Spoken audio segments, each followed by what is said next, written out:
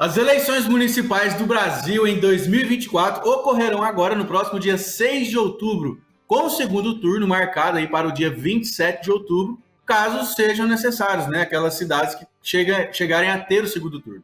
E os eleitores escolherão aí os prefeitos, vice-prefeitos e vereadores dos 5.569 municípios do país. É o poder público que consegue, o poder público municipal que consegue resolver aí a maioria dos problemas próximos aos produtores rurais. E um prefeito que tem que sair muito bem relacionado entre os vereadores do município e outros parlamentares do governo estadual e federal para conseguir recursos do setor agropecuário. Por isso, nesse episódio de hoje, vamos fazer um bate-papo online aqui com o Marcos Marinho, que é graduado em Publicidade e Propaganda, com MBA em Gestão de Marketing e Comunicação e mestre em Comunicação pela UFG, que hoje é professor da PUC desde 2012, estrategista de marketing político e diretor da Grua 62 Comunicação. Fica com a gente que esse episódio está sensacional. Roda a vinheta!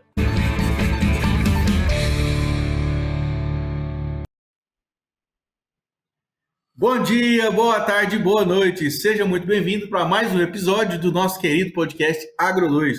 Hoje, de maneira online, aqui trazendo para vocês informações aí sobre o processo eleitoral que a gente está passando por agora, né? Então chega para cá, Marcos Marinho. Bom dia, Marcos. Tudo bem com você? Olá, tudo bom? Prazer poder estar participando com vocês aqui e falando um pouco, né, sobre esse momento tão importante para todo mundo, inclusive para o pessoal do agro. Pois é, né? A gente sabe que a pecuária é uma atividade hoje que está aí praticamente a única atividade do agro, né, que é a pecuária, que está presente em todos os municípios do Brasil, Marcos. Você tem noção disso ou não? Cara, eu não tinha essa informação, mas eu já rodei alguns estados já pude entender a força que é a pecuária em vários espaços, em várias cidades, em vários estados, e de fato é uma força motriz importante. Bacana. E como que você vê hoje que os prefeitos aí podem ajudar o agronegócio aí? Quais são os pontos importantes que eles conseguem ajudar o agronegócio aí na esfera municipal? Então, eu gosto muito de falar que o prefeito e o vereador são os políticos mais próximos das pessoas, isso em qualquer contexto, né? O cotidiano das pessoas é vivido nos municípios. Então, se eu sou produtor rural, se eu tenho algum tipo de atuação no agro, eu tenho que ter relações com quem vai gerir o meu entorno, né? Porque eu vou precisar de uma estrada ou pavimentada, ou no mínimo bem cascalhada, né? Bem feita, vou precisar de ponte, de mata-burro, vou precisar de meios de escoar minha produção, eu vou precisar de políticas que me auxiliem, de repente, na aquisição de crédito, políticas que possam movimentar o meu mercado. E isso acontece onde? No município. Então, a eleição municipal ela tem um impacto direto na vida de todos os cidadãos, porque nós vivemos os municípios. Então, se eu sou produtor rural ou não, eu tenho que saber, peraí, o prefeito que eu vou eleger, ele tem alguma aderência ao meu segmento? Ele tem propostas para o meu segmento? Porque sem o poder político, sem o poder público, o cidadão não tem aonde recorrer, né?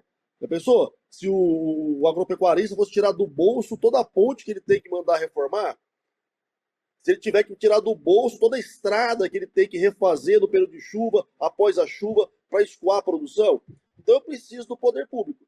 E o poder público é representado no município por prefeitos e vereadores. Eu tenho que estar, de alguma forma, próximo a essas pessoas para que as nossas demandas sejam ouvidas e atendidas. Perfeito, Marcos. E aí, conta pra gente aí um pouco o que é a sua atividade aí, junto como estrategista de marketing político aí na Grua 62 Comunicação, não é isso? Exato, exato. Bom, eu sou professor de marketing político na PUC desde 2012, né? Então já tem um tempo aí que eu leciono sobre a área e também tenho um pouco mais de tempo aí atuando praticamente em campanhas eleitorais e também na consultoria para mandatos. Então, o meu trabalho hoje eu gosto de dizer assim, que é conseguir auxiliar os meus clientes, dando a oportunidade para que eles sejam vistos, ouvidos e votados, né? Então, a Grua 62, ela se propõe a dar essa assessoria, tanto na parte de estratégias de comunicação, quanto também na parte de produção, né? Nós somos uma produtora, então a gente produz material para redes sociais, produz material para horário eleitoral gratuito, traça estratégias para que aquele parlamentar, aquele executivo possa interagir com o seu público. Então, o nosso trabalho hoje é esse, né? Já há bastante tempo que eu me dedico basicamente ao segmento da política e a fazer essa intermediação entre o que os meus clientes, os políticos querem e o que a sociedade deseja. Entendi, Marcos. E hoje a gente está vivendo um momento que é a famosa economia da atenção, né? Hoje a moeda que está mais, né, nas redes, a gente sabe que tem pessoas que desempenham atividades aí com a parte de comércio de infoprodutos, com outros mercados, tudo mais, mas está na economia da atenção. E a gente está acompanhando a ascensão do fenômeno aí, Pablo Marçal, que é inquestionável, né? Não tô aqui fazendo juízo de valor de bem ou de mal, enfim, mas o fato é que a estratégia dele tem surtido efeito, né? O que você tem achado aí sobre a estratégia que o Pablo Marçal tem adotado? Então, o Pablo Marçal, ele é uma figura da internet, né? Ele consegue, através das suas estratégias de comunicação e principalmente distribuição de conteúdo, acessar muita gente.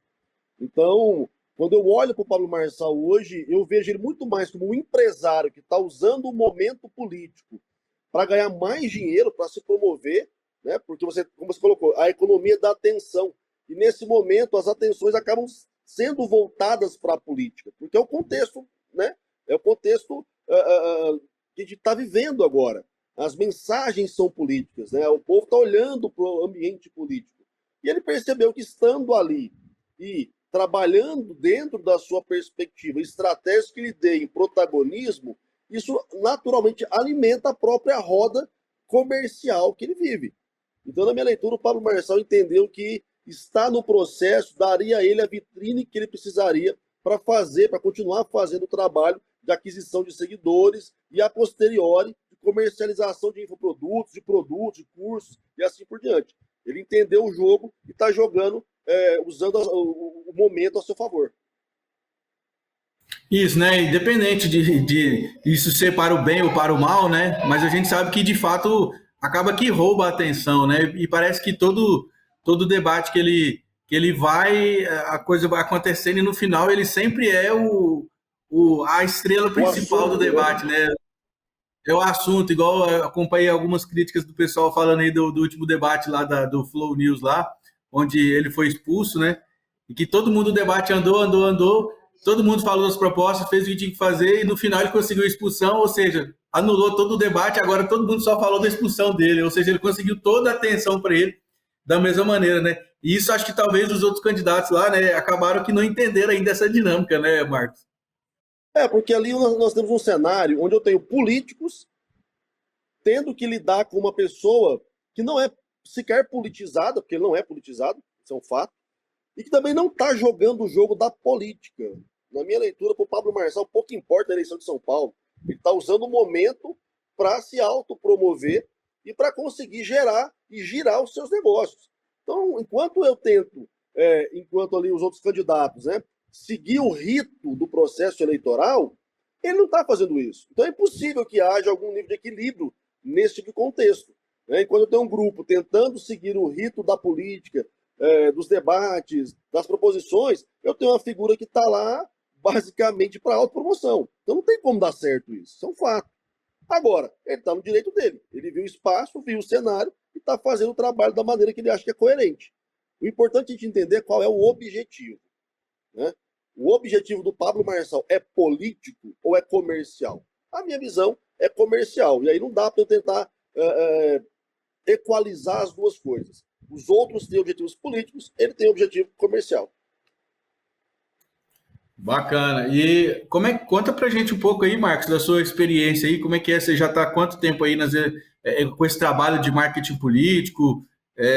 Se você tiver alguma história também que você acha que vale a pena compartilhar com a gente, que você achou interessante, porque hoje acho que a internet democratizou demais a possibilidade de pessoas desconhecidas, né, conseguirem galgar alguma cadeira de destaque, né? Porque antes a gente era único exclusivo, dependente da grande mídia, né? Da grande televisão, da grande emissora, e hoje a gente já viu que com o Instagram, com o YouTube aqui, com as ferramentas que a gente tem, a gente consegue democratizar e baratear muito essa exposição, né? Você acompanhou essa transição aí? Como é que é a sua visão nesse aspecto? Então, eu brinco muito com os meus alunos que eu venho do século passado. Então, eu tive que me adaptar a essas inovações da tecnologia da comunicação. E eu pude perceber ao longo dos anos, ao longo das eleições, né, eu trabalho com eleição desde 2012, que a cada pleito há uma transformação de cenário e uma evolução de ferramental. Né? A internet hoje ela é uma ferramenta que ela te possibilita acesso a vários grupos, a vários nichos, a vários indivíduos. E aí vai depender do seu trabalho alcançar essas pessoas, atrair a atenção dessas pessoas e então criar um relacionamento com elas. Eu acho bacana entender que não é simplesmente ligar o meu computador e botar minha carinha em alguma rede social. O trabalho utilizando as redes, o trabalho utilizando a internet, utilizando o digital, ele é um trabalho complexo, árduo, de longo prazo. Porque ao passo que as novas tecnologias me dão acesso às pessoas, elas não me dão audiência, né? Eu tenho que criar essa audiência. Eu tenho que trabalhar essa audiência. Isso se faz com o tempo, coisa que muitos políticos ainda não entenderam. Né? Muitos políticos acham que é só aparecer na época da eleição, criar um perfil, tocar o pau e falar o que quiser. Para além disso, eu acho sempre válido analisar que a gente tem vários cenários diferentes, né? Então, a hora que eu penso uma campanha eleitoral através da internet numa cidade como São Paulo, eu tenho uma realidade. E até mesmo dentro da cidade de São Paulo, com seus 13 milhões de habitantes, em cada região eu tenho outra realidade.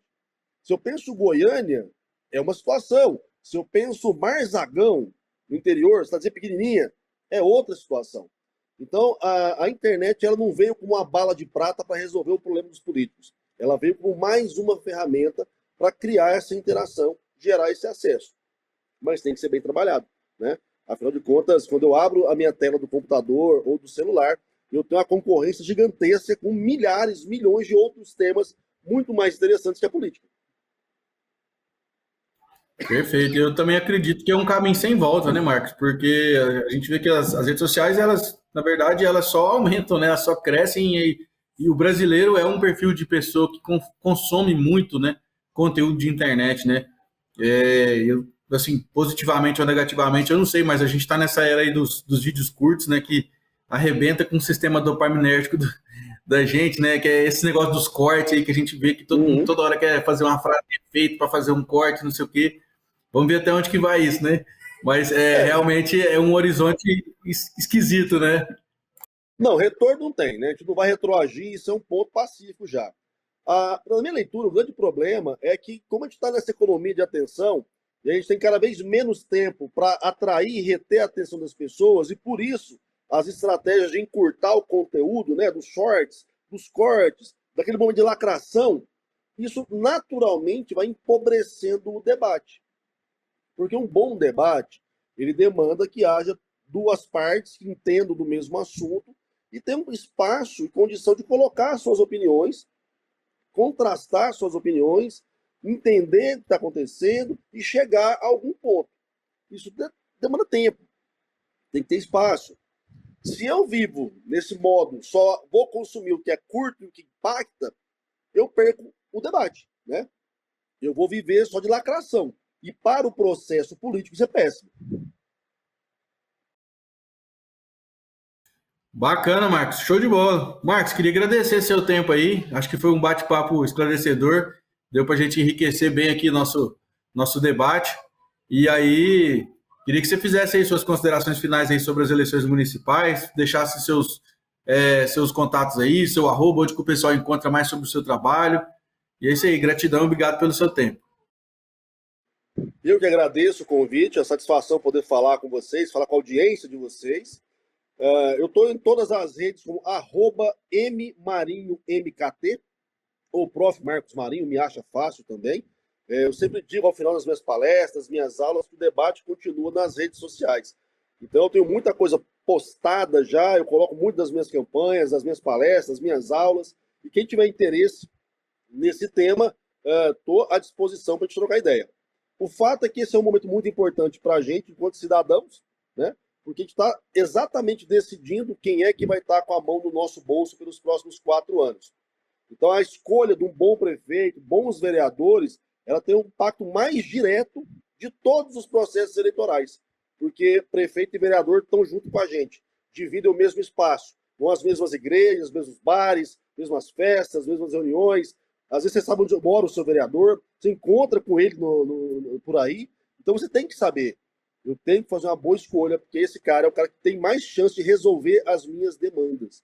Enquanto a gente olha para o presidente, tão distante, né? Nunca vou ver um presidente na minha vida, provavelmente. O governador é distante, os deputados estão mais longe. O vereador e o prefeito não. Está na porta da sua casa todo dia. Você consegue encontrar com eles, bater lá no Paço Municipal para reclamar, ir lá na Câmara de Vereadores para exigir os seus direitos. E, portanto, é importantíssimo que a gente possa ter critérios pragmáticos, critérios coerentes para fazer a escolha no próximo dia 6 de outubro.